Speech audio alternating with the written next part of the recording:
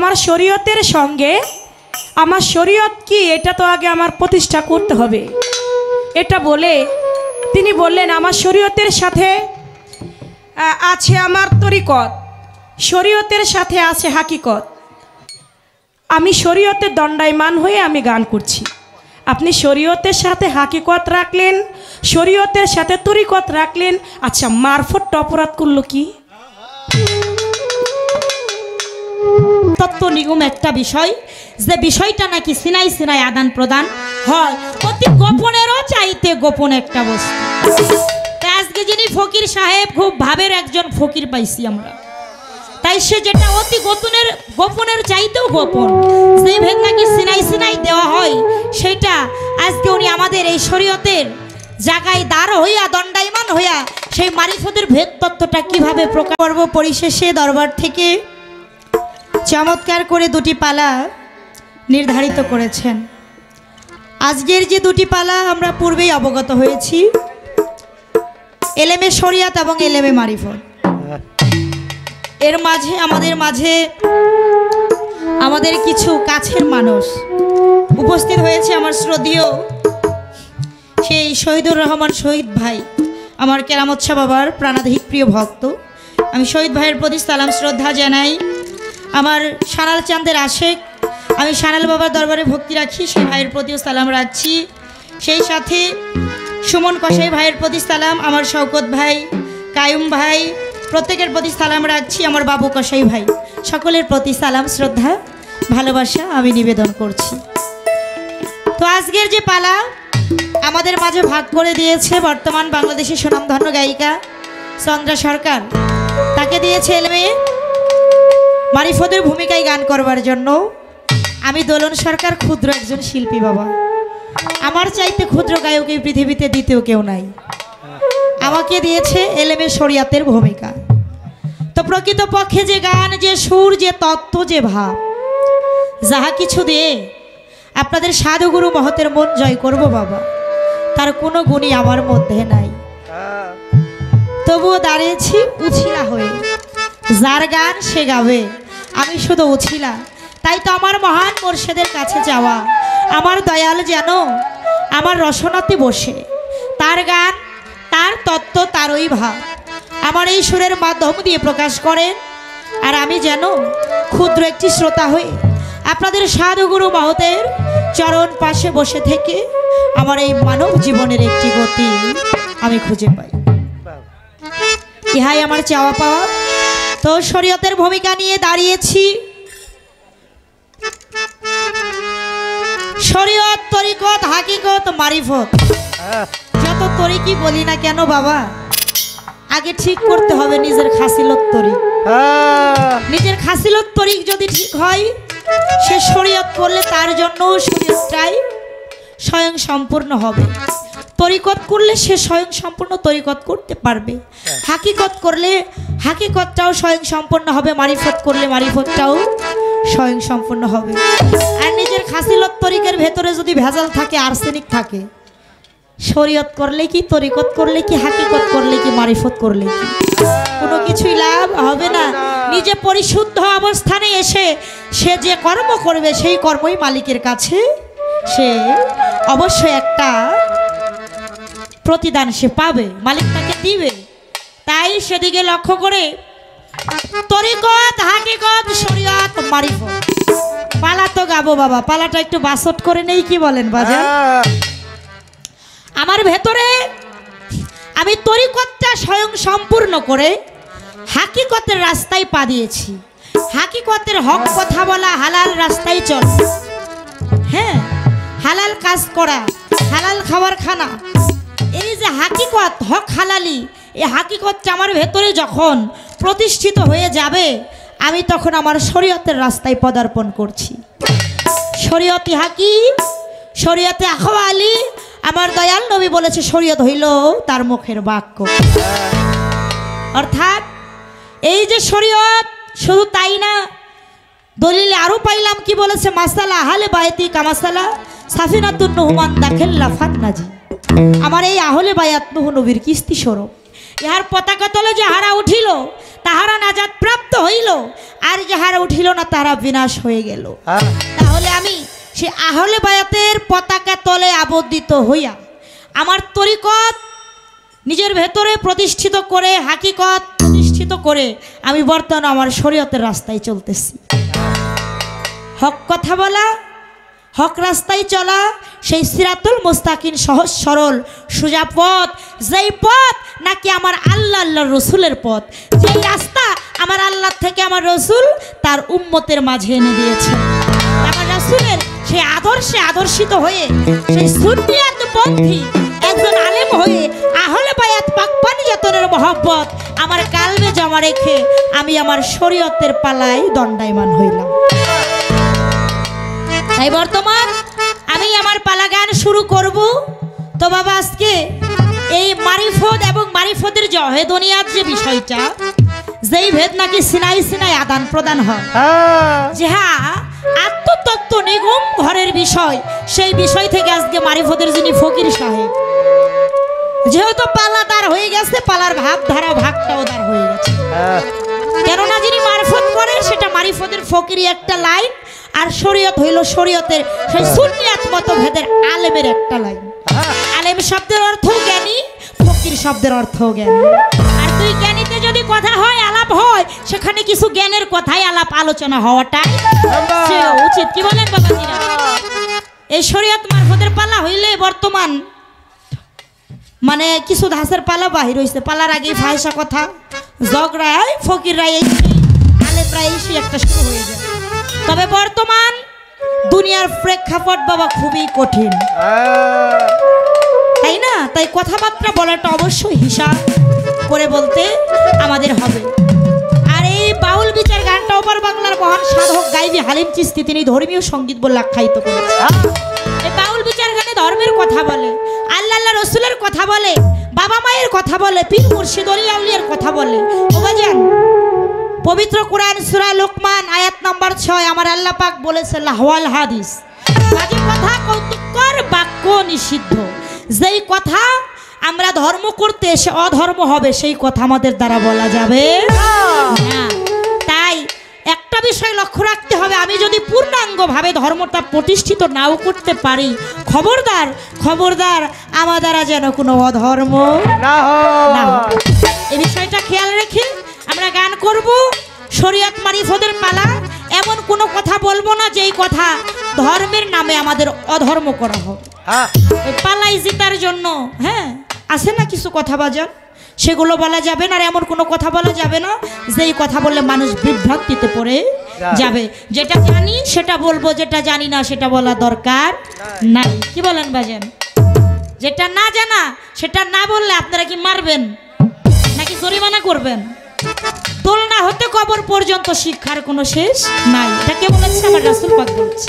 তাই এই যে আমরা শিল্পীরাই বলে থাকি, অনেক কথা সত্যরে মিথ্যা বানাই, মিথ্যারে সত্য বানায়া এই যে একটা, কিন্তু ওই দিনের গান গাওয়া বর্তমান শেষ। কেননা বর্তমান সোশ্যাল মিডিয়ার যুগ, কুরআন হাদিস মানুষের পকেটে নিয়ে ঘুরে। তাই খুব হিসাব করে আমাদের গান বাজনা করতে হবে, খুব খেয়াল করে। তাই আপনারা পালা দিয়েছেন, আমরাও চেষ্টা করব আমরা এমন কোনো কথা বলবো না যে কথার ভেতরে একটা বিভ্রান্তি সৃষ্টি হবে। যেহেতু পালাটা আরও বিশেষ করে শরীয়ত মারিফতের পালা, তো কোনো বাজে কথা বলা তো যাবেই না। তো আমি আমার পালাটা আগে শুরু করি, পালা অনুযায়ী 2-4টি কথা দলিল মতে আমরা জানার জন্য চেষ্টা রাখবো। তাই শরীয়তের ভূমিকা নিয়ে এই পালায় দণ্ডায়মান হয়ে আমি একটি গান আগে রাখি। ওরে লা ইলাহা ইল্লাল্লাহু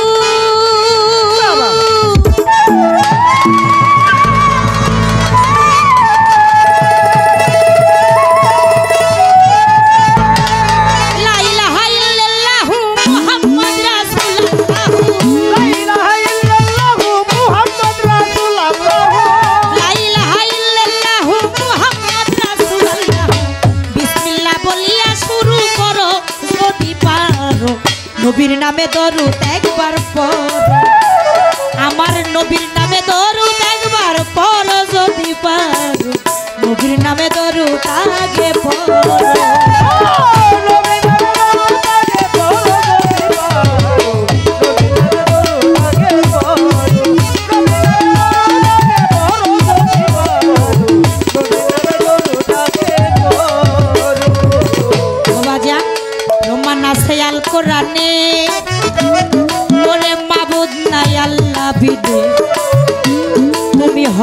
জেনে সেজদায় লুটে পড়ো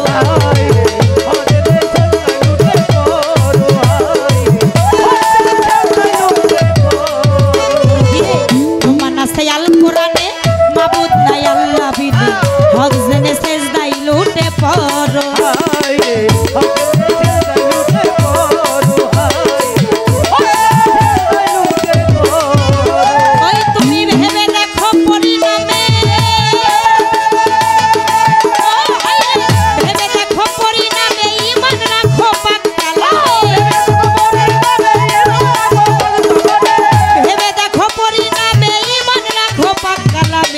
হরদমে ওই নাম জিকির করো হাইরে হরদমে ওই নাম জিকির করো যদি পারো নবী নামে দরুদ আগে পড়ো নবী নামে দরুদ আগে পড়ো নবী নামে দরুদ আগে পড়ো নবী নামে দরুদ আগে পড়ো ওই শরীয়তের রাস্তা সোজা হজ যাকাত আর নামাজ রোজা তুমি যদি কাজায়া কত করো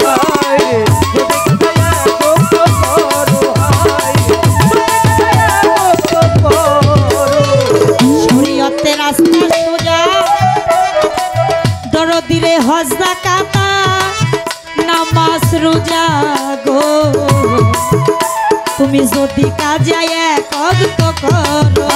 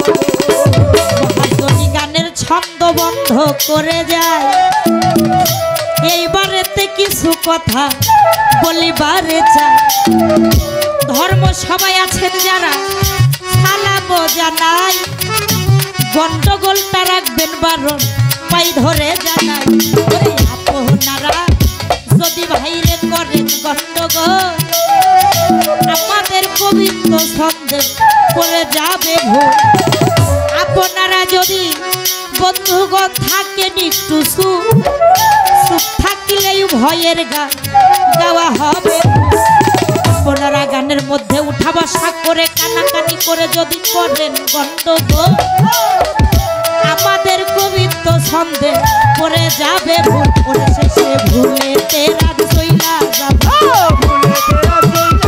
ভুলে কিছুই বুঝতে না পারিবে ভুলে তেরা চইলা যাবে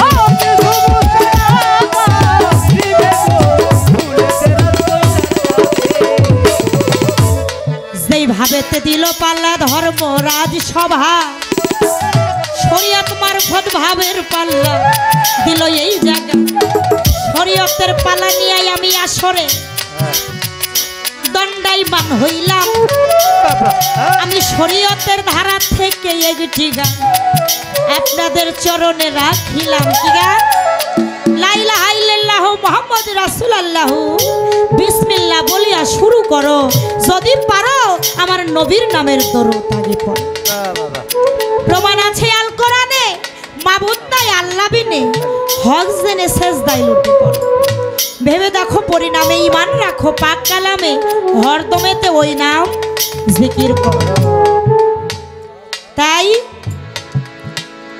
চমৎকার পালা দিয়েছি প্রথম স্টেজ তো আমি বেশি কথা রাখবো না যিনি মারিফতের ভূমিকায় গান করবেন তার কাছে ছোট করে আমার জানার থাকবে আমার শরীয়তটা কি বিষয় শরীয়ত এটা হলো একটা আইন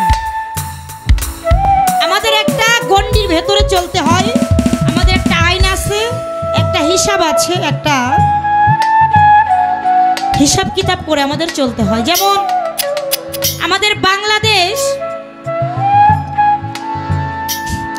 যে চলে, আমাদের বাংলাদেশের একটা আইন কানুন আছে না? আছে। এই বাংলাদেশের আইনটা পাস হয় কোথা থেকে? সেই সংসদ থেকে। সেখান থেকে যে আইনটা পাস হয়েছে সেই আইনের মাধ্যম দিয়ে আমরা চলি। যদি সে আইনের বিরুদ্ধে কেউ চলে তাহলে কি হয়? সে সাজাপ্রাপ্ত হয় না? সাজাপ্রাপ্ত হয়। অর্থাৎ আইনে চলতে হবে, বেআইনে চললে সে সাজাপ্রাপ্ত আসামি হয়ে যায় এবং তার ওই কর্ম অনুযায়ী সে একটা ফল অবশ্যই তো পায়। কথা ঠিক কিনা? তদ্রূপ আমার আল্লাহ পরিষদে আমার আল্লাহরও একটা কিন্তু আইন আছে, আর সেই আল্লাহর আইনের সেই রাস্তাটা এটা হচ্ছে আমার শরীয়তের সিরাতুল মুস্তাকিম, সেই সোজা রাস্তাটা। আমার আল্লাহ আমার রাসূলের মাধ্যম দিয়ে যে আইনটা আমাদের মাঝে দিয়েছে সেই শরীয়তের নিয়ম কানুনগুলো আমাদের মেনে চলতে হবে। আর সেটা যদি আমরা মেনে না চলে বেআইনে চলি তাহলে মালিকের দরবারে আমাদের তো অবশ্যই একটা সাজা আছে। আছে কি না? আছে, অবশ্যই আছে। তাই আমার শরীয়তটা সে আইনে চলতে হবে, সেই গণ্ডিতে চলতে হবে, সেই হিসাবের খাতায় চলতে হবে। হিসাব করিয়া যে চলে তার আখেরে আর কোনো হিসাবের ভয় থাকবে না। নাকি আখেরে নিবে না হিসাব কোরআনে, তাই বলে রে হিসাব করিয়া যেজন চলে। আর সেই হিসাবের জায়গাটাই আমার এই শরীয়তের রাস্তা, সেখান থেকেই শুরু। তো আমি গান রাখলাম, কথা রাখলাম। এবার যিনি মারিফতের ফকির সাহেব, মারিফতটাকে আত্মতত্ত্ব নিগম একটা বিষয়, যে বিষয়টা নাকি সিনাই সিনাই আদান প্রদান হয়, অতি গোপনেরও চাইতে গোপন একটা বস্তু। তাই আজকে যিনি ফকির সাহেব খুব ভাবের একজন ফকির পাইছি আমরা। তাই সে যেটা অতি গোপনের চাইতেও গোপন, সেই ভেদ নাকি সিনাই সিনাই দেওয়া হয়, সেটা আজকে উনি আমাদের এই শরীয়তের জায়গায় দাঁড় হইয়া দণ্ডায়মান হইয়া সেই মারিফতের ভেদ তত্ত্বটা কিভাবে প্রকাশ করে সে বিষয়টাও তো আমাদের একটু দেখার আছে নাকি? সেখান থেকে আমরা একটু জানবো, শুনবো, বুঝবো। তাই এই যে মারিফত আপনার কাছে যেহেতু প্রথম স্টেজ, আমার মারিফত বিষয়টা কি, এই মারিফত বিষয়টা কি, ইহা কত প্রকার কি কি, এবং এই মারিফত যিনি করে ওই শক্তিটা যার ভিতরে আছে তাকে আমরা মারিফতের ফকির বলে জানি। তো আজকে ফকিরই তো ভালো একটা বিষয় এটা। তো আমি জানতে চাই আপনার মাথা থেকে পা পর্যন্ত আপনার এই 3.5 মানব দেহে আপনি তো মারিফত করেন, মারিফতের ফকির হইছেন। এই মাথা থেকে পা পর্যন্ত এই 3.5 মানব দেহের ভিতরে এই ফকিরটা কোনটুক, এই ফকিরি বিষয়টা কি, এই ফকিরি সত্তাটা কি, যেই সত্তা যেই ভেদটা জানলে নাকি আল্লাহর ভেদ জানা হয়। আজকে কথা হবে একটু অন্য কায়দায়, শরীয়ত মারফতের পালা শুনছেন তাই না? ওনারাই বলে আল ফাকরু আল ফাকরি মিন্নি, ফকির আল্লাহর ভেদ, আল্লাহ ফকিরের ভেদ।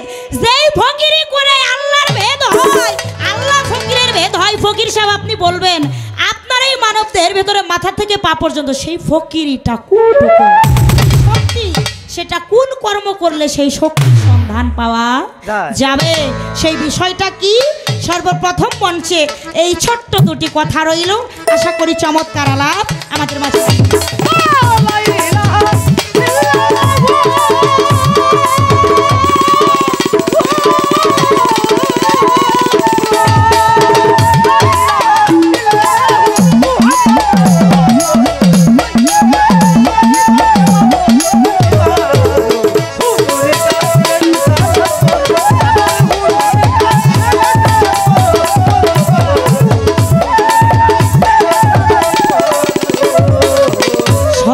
সুশীল কয় এই ময়লা দেহে তুমি তওবা করো কুস্বভাবে, দিন ইসলামের লেবাস গায়ে পরো।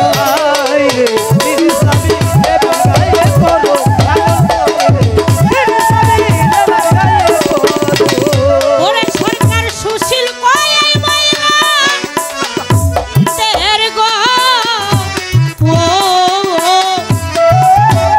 ওরে তোর তওবা করো কুস্বভাবের গো, ওরে তুমি দিন ইসলামের লেবাস গায়ে পরো।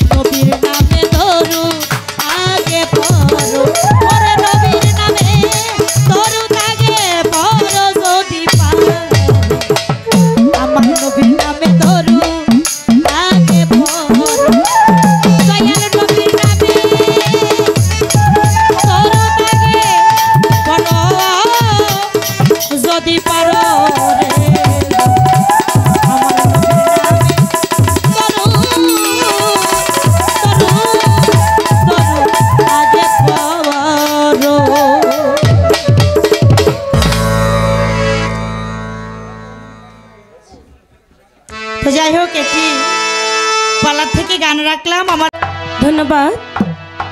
হাইটা বাড়বে। খুব সুন্দর দুটি পালা আজকে নির্ধারিত করে দিয়েছেন। একটি হচ্ছে শরিয়াত, আরেকটি হচ্ছে এলমে মারিফত। শরিয়তের ভূমিকায় রেখেছেন, বেহালাটা কমবে ভাইয়া, নয়েজ করে, দোলন সরকারকে। এলমে মারফতের ভূমিকায় রেখেছেন আমি চন্দ্রা আমাকে। শরীয়তের পালা নিয়ে দাঁড়িয়ে সুন্দর একটি গান তিনি গাইলেন। আরেকটি গানও দয়াল নবীর শান তিনি রেখেছেন, বড় ভালো লাগলো। অনেক শরীয়তের পালা নিয়ে অনেক কথা তিনি বলেছেন। তার মধ্য থেকে তিনি কয়েকটি প্রশ্ন আমার কাছে রেখেছেন। ভাই নয়েজ করে, কথা বললেই নয়েজ দেয়, বেশি হয়েছে।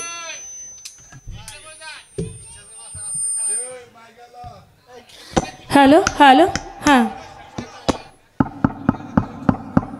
এবার হ্যালো। আমারটা কমাইছেন কেন? হ্যাঁ বাঁশিটা একটু লক্ষ্য রাখেন, ঠিক আছে? এখন এবার দাঁড়িয়ে তার প্রশ্ন, মারফত বিষয় কি, মারফত কত প্রকার, মাথা থেকে পা পর্যন্ত ফকির কোনটুক, এবং কোন কর্ম করলে ফকিরি হাসিল করা যায়। বড় ভালো, তিনটি কথা আমি জবাব করব।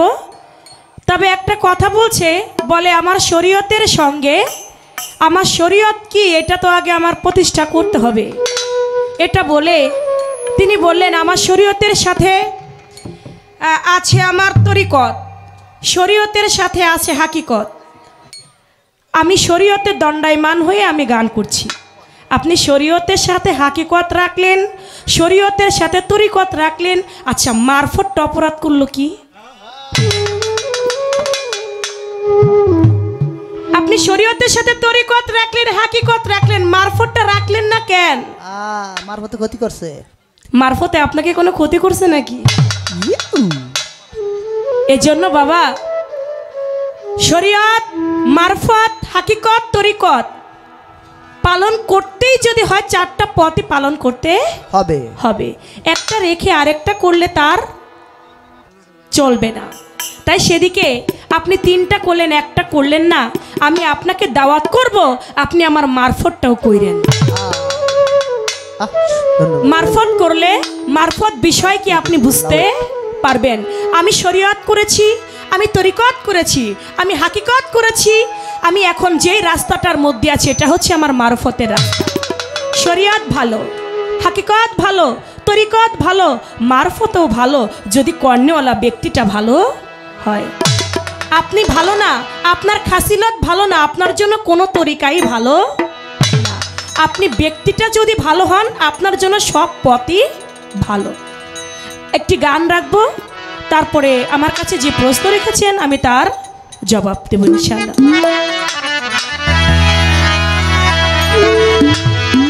মারফত হয় সত্য পথ জানতে, তার ভেদ কর সাধনা।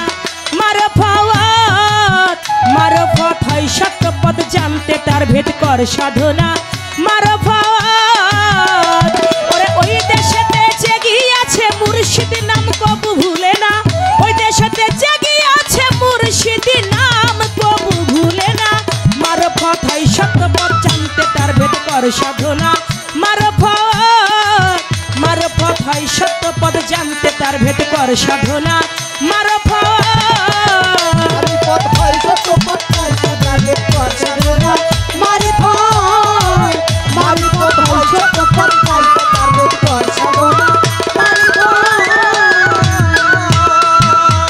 মুর্শিদের কাছে যাইয়া তুমি গুপ্ত ভেদ লাও জানিয়া,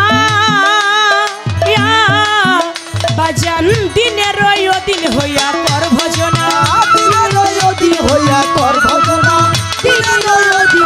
তোর ভজনা আমার মালিক চাঁদের কাছে যাইয়া ও তুই গুপ্ত ভেতল জানিয়া দিনের দিন হইয়া কর ভজনা দিনের দিন হইয়া তোর ভজনা দিনের দিন হইয়া তোর ভজনা ও তোর জীবন যৌবন কর বিসর্জন ওই চরণে হউগা ফানা জীবন তোর কর বিসর্জন ওই চরণে হউগা তোর জীবন যৌবন কর বিসর্জন ওই চরণে হউগা ফানা মারফত হয় শতপদ ভেদ জানিয়া কর সাধনা মারফত হয় শতপদ জানতে তার ভেদ কর সাধনা মারফত হইতে সাথে যে গিয়েছে মুর্শিদ নাম কবু ভুলে যেই দেশেতে জেগে আছে মুর্শিদ নাম কবু ভুলে না মারফত হই সত্যপদ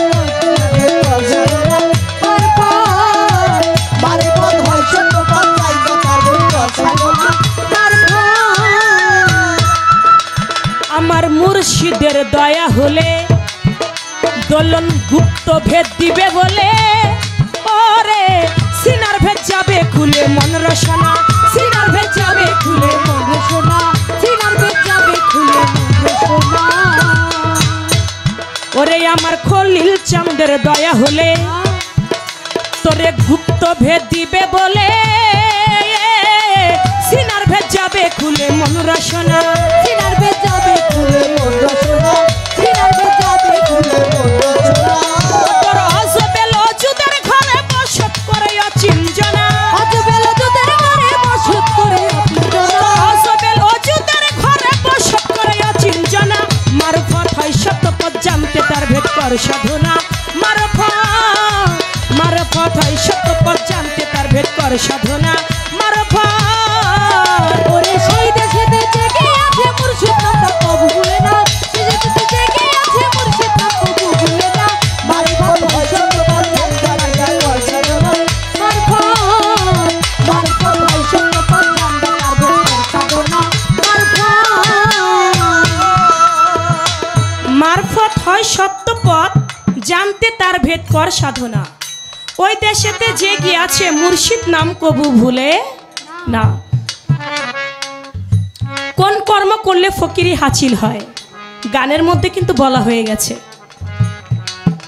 মুর্শিদের কাছে যাইয়া মূল তত্ত্ব যাও লও জানিয়া দিনের ও দিন হইয়া কর ভজনা তোর জীবন যৌবন কর বিসর্জন ওই চরণে হওগা ফানা মুর্শিদের দয়া হলে গুপ্ত ভেদ তোরে দিবে বলে সিনার ভেদ যাবে খুলে মন রসনা কোন কর্ম করলে ফকিরি হাসিল হয় গানে কিন্তু পূর্ণাঙ্গভাবে বলা হয়েছে গুপ্ত ভেদ মুর্শিদের দয়া হলে গুপ্ত ভেদ তোরে দিবে বলে সিনার ভেদ যাবে খুলে মন রসনা তোর অজবেল অজুদের ঘরে বসত করে অচিন জনা মারফত হয় সত্যপদ জানতে তার ভেদ কর সাধনা মারফত বিষয় কি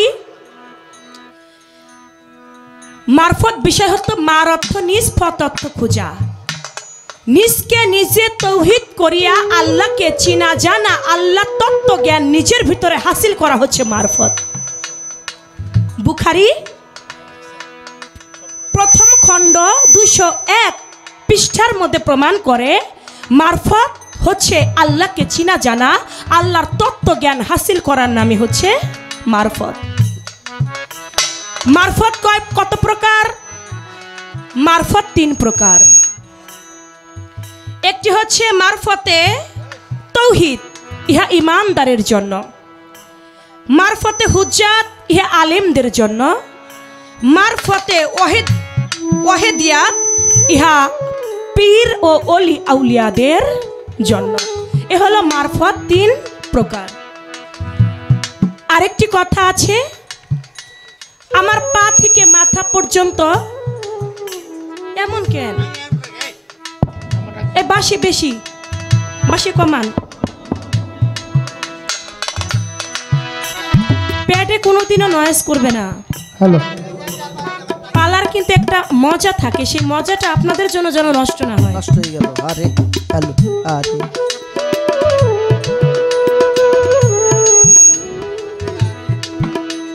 ওই সাইডটা টোটাল অফ করে দেন ওই যে বাম সাইডটা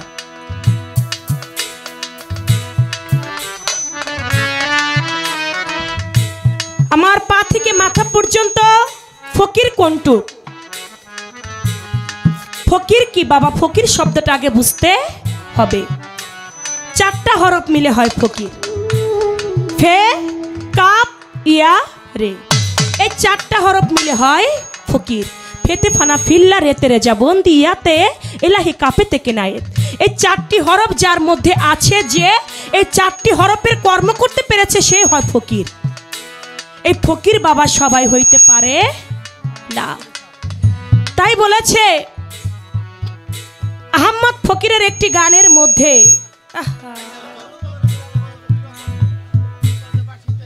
হাদিস কুরসিতে ফরমায় আছে আপে মাওলা রাব্বানি, অল ফাকরে ফাকরে আল্লাহ হয় মিন্নি। আমার আল্লাহ কয় ফকির রয় আমার ভিতর, আমি রই ফকিরের ভিতরে। তৌহিদ সাগরের বিচে ডুব দিলে মন পাবি তারে। তাহলে আমার আল্লাহ পাক এই ফকিরের ভিতর, ফকিরও আমার আল্লাহর ভিতর। ফকির আমার আল্লাহর ভেদ, আল্লাহ আমার ফকিরের ভেদ। এর জন্য ফকিরকে কখনো নিন্দাচার করা যাবে না। সূরা ইউনূস ৬২ নং আয়াতের মধ্যে বলেছে আমার আল্লাহর ওলির কোনো ভয় নাই, তারা কখনো চিন্তিতও হবে না। আল্লাহর ওলিগণ যারা আমার আল্লাহর ওলিদের সঙ্গে শত্রুতা পোষণ করে, আমি আল্লাহ তাদের সাথে যুদ্ধ ঘোষণা করি। আল্লাহর ওলিদের সঙ্গে কেউ যেন কখনো আমরা শত্রুতা পোষণ না করি। অনেকেই আছে আল্লাহর ওলিদেরকে ভালোবাসে না, মাজার ভেঙে দেই আমরা। কিন্তু বাবা এটা করা যাবে না, কারণ আল্লাহ বলে যে আমার ওলির সাথে শত্রুতা করে, আমি নিজে আল্লাহ তার সাথে যুদ্ধ ঘোষণা করি। আল্লাহ যুদ্ধ করতে হলে আল্লাহ পিস্তলের দরকার হবে না, আল্লাহ লাঠির দরকার হবে না, আমার আল্লাহ পাকের নিজ কুদরতি শক্তি ধারাই এটা সম্ভব।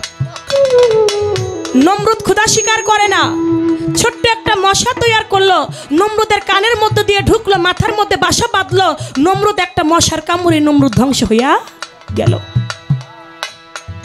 আল্লাহর ওলিদের সঙ্গে দুশ্মনী করতে গেলে বিমরুলের কামড় খায়া এর আগেও কয়জন মারা গেছে।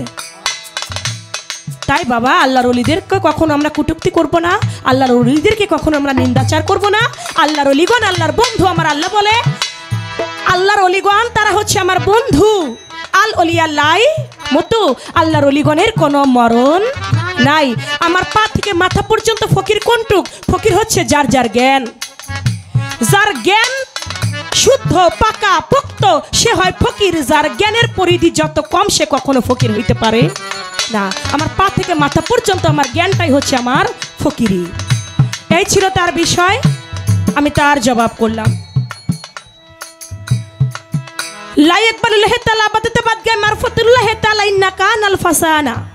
হে মুমিন বান্দা, তুমি যতই শরীয়তের ইবাদত করো না কেন, তার 4 পয়সার মূল্য নাই যতক্ষণ না পর্যন্ত মারফতে গিয়ে মারফতের গুপ্ত ইবাদত না করা হবে।